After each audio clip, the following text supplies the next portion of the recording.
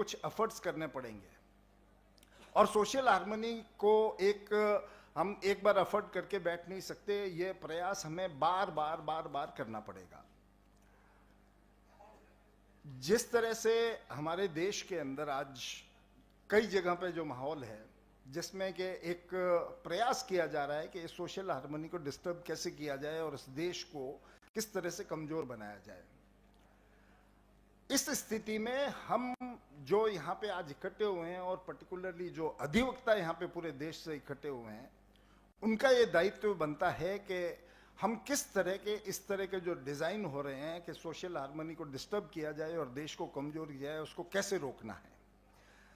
और आज सभी पूरे देश से बहुत सारे प्रांतों से जो अधिवक्ता इकट्ठे हुए हैं, 2 दिन का जो ये सम्मेलन है, इसमें मेरा मानना है कि इस बात पे विचार होना चाहिए कि इस तरह के अगर कोई प्रयास होता है जिससे कि हमारी सोशल हार्मनी या कम्युनल हार्मनी को डिस्टर्ब करने के कोई प्रयास होते हैं, तो उसको किस प्रकार से उसको टैकल किया जाए।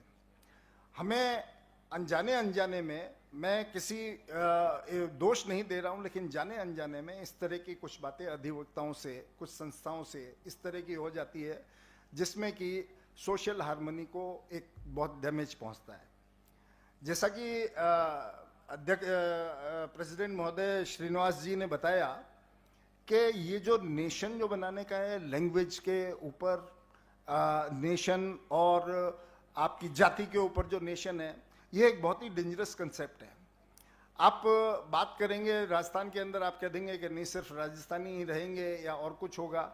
मराठा में अगर आप कहेंगे महाराष्ट्र में मराठा ही रहेगा, और केरल में आप बताएंगे कि नहीं वहाँ सिर्फ मलयाली ही रहेंगे।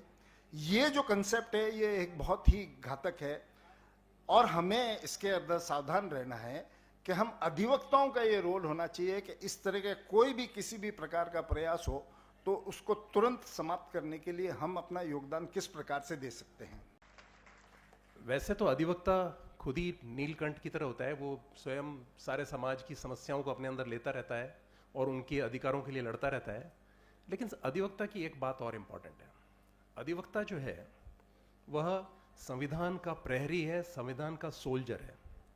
उसके कंधे पे देश के नागरिक, जिसका संविधान पे हक है, जिसका संवैधानिक अधिकारों पे हक है, जिसका सोशल हार्मनी पे हक है, जिसका सोशल हार्मनी पे वर्क करना है, उन सब के लिए अधिवक्ता का कंधा वो मजबूत जगह है जहां से संवैधानिक मूल्यों को मजबूत बनाया जा सकता है और आम नागरिक तक पहुंचाया जा सकता है। और उन अधिवक्ताओं के अंदर भी एक सुलझी हुई सोच रखने वाली अधिवक्ता परिषद का रोल इंपॉर्टेंट है, क्योंकि एक से एक जब कड़ी बनती है तो राष्ट्र का निर्माण होता है और वो आखिरी व्यक्ति मजबूत बनता जाता है। ऐसा नहीं है कि सोशल हार्मनी एक दिन में अटेन की जा सकती है, एक रेगुलर प्रोसेस है। जैसा मैंने आपको कहा कि इस देश में इतनी डाइवर्सिटी है। हमारे यहाँ दुनिया के सबसे ऊंचे पहाड़ हैं, हमारे यहाँ 7000 किलोमीटर की समुद्र तट है, हमारे यहाँ पे बर्फ और डेजर्ट तक हर चीज मौजूद है। इस विशाल डाइवर्स नेशन को सोशल हार्मनी की उसमें पिरोने का काम आज संविधान ने बहुत अच्छा किया। दुनिया के बड़े विधि विशेषज्ञ कहते हैं कि आम तौर पे एक संविधान की उम्र 13 साल से 17 साल के बीच में होती है, और इसके लिए एग्जाम्पल दिया जाता है थाईलैंड के कॉन्स्टिट्यूशन का, जो बहुत सुंदर बनाया गया लेकिन केवल 13 साल के अंदर या 17 साल के अंदर जो है वो उसको दफनाना पड़ा।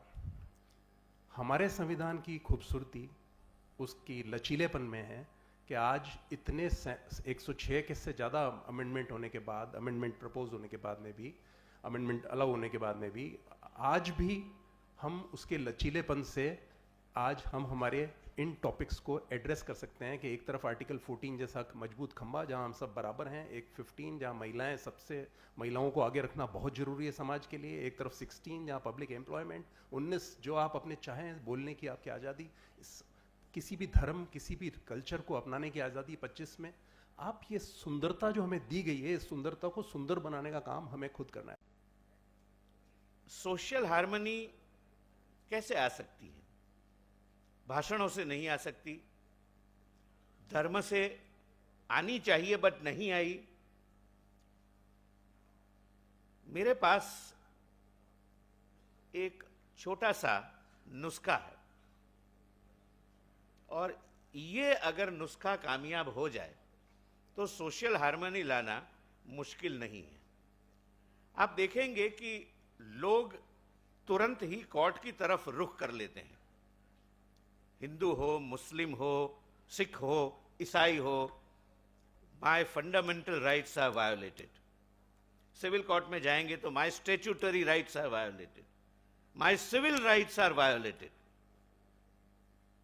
और संविधान कहता है कि किसी भी व्यक्ति के संवैधानिक अधिकार या फंडामेंटल राइट्स के वायोलेशन के लिए कोर्ट इसमें दखल देगी। कोर्ट का फर्ज है दखल देना। अब ध्यान से सुनना, अगर हम संविधान में दिए गए या स्टैट्यूट्स में दिए गए अधिकारों के साथ संविधान में दी गई कॉन्स्टिट्यूशनल ड्यूटीज को जोड़ सके। कोई भी व्यक्ति जाता है कोर्ट के पास कि मेरे फंडामेंटल राइट्स वायोलेट हुए, अगर ये फर्जियात हो कि उसे कोर्ट को दिखाना होगा कि I have also discharge my constitutional duties, only then the court will interfere. तो लिबर्टी, इक्वलिटी, फ्रेटर्निटी ये हमारे जीवन का आधार भी होना चाहिए। लेकिन अब आप इसमें फ्रेटर्निटी को लीजिए। फ्रेटर्निटी का कोई ऐसा प्रावधान शायद आपको कहीं नहीं मिले कॉन्स्टिट्यूशन में, लेकिन प्रस्तावना में है कि हमें बंधुत्व बढ़ाना है। लेकिन बंधुत्व कैसे बढ़ाओगे? तो आज का सब्जेक्ट भाई साहब ने, श्री हरि बोरकर जी ने मुझे दिया कि भारतीय संविधान के 75 वर्ष और सामाजिक समरसता। संविधान के अनुसार जब इक्वलिटी आई समाज में, हर व्यक्ति ये सोचने लगा कि हम समान हैं, हम इक्वल हैं, जाति, लिंग, भाषा और किसी आधार पर कोई भेदभाव नहीं है हमारे। तो ये विषय इतिहास से भी जुड़ता है और वर्तमान को दिशा भी देता है और भविष्य का पथ प्रशस्त भी करता है। समरसता। और अनेक ऐसे संकट आए तो उनसे भी हम गुजरे तो संविधान ने हमें रास्ता दिखाया। राजनीतिक उतार चढ़ाव भी आए तो संविधान ने रास्ता दिखाया। आर्थिक और तकनीकी क्रांति जैसे चीजें भी आई तो संविधान ने रास्ता दिखाया। और एक बात अटल रही कि संविधान भारत की आत्मा बना रहा।